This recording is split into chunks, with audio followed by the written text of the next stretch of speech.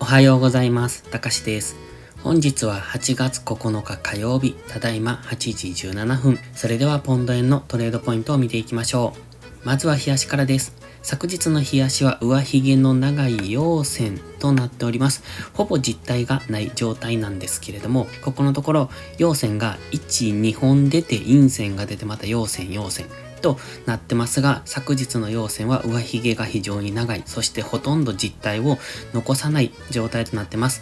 ですので、ここから上昇していくっていうのは少し難しいのかなという、そんな感じですね。現在はこの三角持ち合いを下抜けて、そしてこのオレンジのトレンドライン付近で今反発上昇してきてますが、ここのところずっと上髭が連発してます。そしてこの GMMA に抑えられているようにも感じますので、ここから上昇していけるのか下落になるのかっていうところはまだもう少しわかりにくい。そんな状態ですね。ただ、上がったところは売られているっていうのは事実ですので、この上髭が気になりますので、基本的にはここから下げていくんじゃないのかなと思ってます。ただ、今の感じを見てますと、下がってもやっぱり買われやすくなってますので、ここからどこまで下げていくのかっていうのはちょっとわかりにくいんですが、一応個人的にはここ、158円ぐらいは一旦目指してくるんじゃないかなとは見ております。それとも昨日は一応陽線ですので、実態も若干ですがありますので、今日ももしかしたら昨日高値を目指して上昇するようなことが起こってくるかもしれませんが、その辺は売り場になってくるんだろうなと思ってます。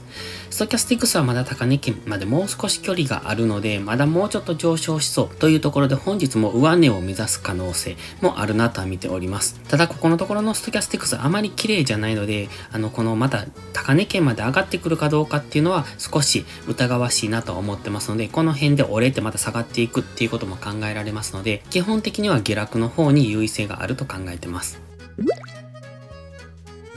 では4時間足です。現在はここでダブルトップのような形になってますね。昨日のこの大きめの陰線は印象的なんですが、その後につけてきた陽線っていうのも結局、この下落を半値ぐらいまで戻してるんですね。なのでもう一度この高値を目指してくる可能性っていうのもあるんですが、ここの長い上髭2本っていうのはかなり印象的ですので、やはりこの辺付近、なので価格で言うと164円手前ぐらいっていうのは強く意識されてくるポイントだと見ております。ここはちょうど白のゾーンですね。これ過去の意識ラインなんですよね。レジサポゾーンですね。この辺とかこの辺とか、ずっとこうレジスタンスサポートされているところになってきますので、ここはやはり強く意識される。そして今のところこのゾーン内に実体ですら残していけないというところで、2回も上髭、しかも陰線という形で終えてますので、やっぱり上がってきたところでは売っていきたい。そんな風には思いますが、今は中途半端なところですので、ちょっとわかりにくい。そして GMMA がこう下からサポートされているように見えますので、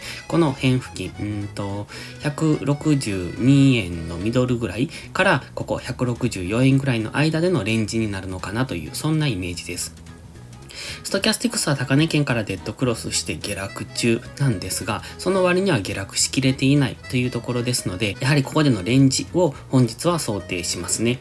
ただ、下から買っていくというよりも上から売っていく方がインジケーターは弱いですので、どちらかというと売っていく方がいいのかなと思いますが、昨日の大きな陰線もありますので、上がってきたところでは売っていきたいとは思いますが、ここの162円のミドルぐらいっていうのも意識されてきますので、この辺付近ではまた押し目買いが入ってくるのかなという、そんな感じですね。では1時間足です。現在は安値を切り上げ中で、高値はここで止められてますので、アセンディングトライアングルのようにも見えてくるんですけれども、ここのこの下落ですね。ここの下落を戻しきれなかった。なので昨日も一旦は上値をトライするんですが、結局ここの髭先までも到達できずに下落してきているというところで、ここで小さくエリオット波動みたいに見えますよね。1、2、3、4、5波みたいな。そしてこの押し安値ですね。この小さく押し安値を今下抜けてきてますので、基本的には下がっていくんだろうなという風にも見えます。ここで3層みたいにも見えますよね。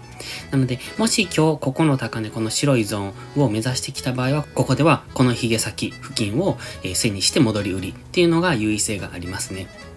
押し目買いをどこでしていくかというと、やはりこの辺ですよね。先ほど言ってた162円ミドルっていうのがこの辺。ここも過去にこうやって揉み合っている、ここ、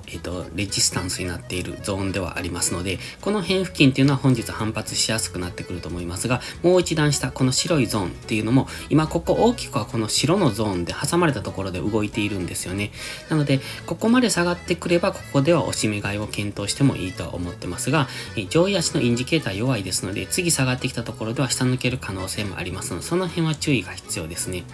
ただ今日はあまり値動きが出ない感じもしますので、そう思うとここ、昨日の安値、昨日の高値での間でのレンジを想定してトレードするのがいいかもしれません。それでは本日はここまでです。今日も最後までご視聴ありがとうございました。たかしでした。バイバイ。